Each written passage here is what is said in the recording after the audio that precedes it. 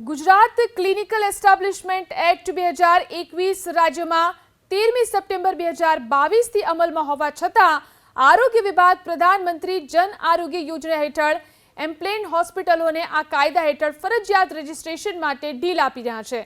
પ્રધાનમંત્રી જન આરોગ્ય યોજના હેઠળ મે 2021માં એમ્પેનલ્ડ ખ્યાતિ હોસ્પિટલે પણ 13મી માર્ચ 2024થી લઈ અત્યાર સુધી સીએ હેઠળ રજીસ્ટ્રેશન જ કરાવ્યું નહોતું।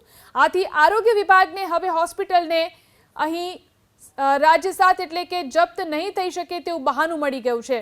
ગરીબ ગ્રામીણ વિસ્તારના નાગરિકો પાસે રહેલા પ્રધાનમંત્રી જન આરોગ્ય યોજનાના કાર્ડને કમાણીનું એટીએમ કાર્ડ બનાવનાર ખ્યાતિ હોસ્પિટલના મૃત્યુકાંડને આજે 1 મહિનો થઈ ગયો છે। ત્યારે આ નવા પ્રકારની મોડસ ઓપરેન્ડીમાં ખ્યાતિ હોસ્પિટલ સાથે સરકાર આરોગ્ય વિભાગમાં કોણ સામેલ છે, કોની ભૂલ છે, કોણ જવાબદાર છે, આ ત્રણેય પ્રશ્નો વણ ઉકેલ્યા છે, જેના કારણે સંચાલન, સુપરવિઝન અને જવાબદેહીમાં સંપૂર્ણપણે નિષ્ફળ રહેલ આરોગ્ય વિભાગમાં ઉપરથી લઈ નીચે સૌ કોઈ જવાબદાર હોય તેવું ચિત્ર ઉપસી રહ્યું છે। ત્યારે અહીં સવાલ એ છે કે ખ્યાતિ હોસ્પિટલ કાંડના 1 મહિના બાદ વિભાગમાં જવાબદાર કોણ તેની તપાસ કેમ નહીં?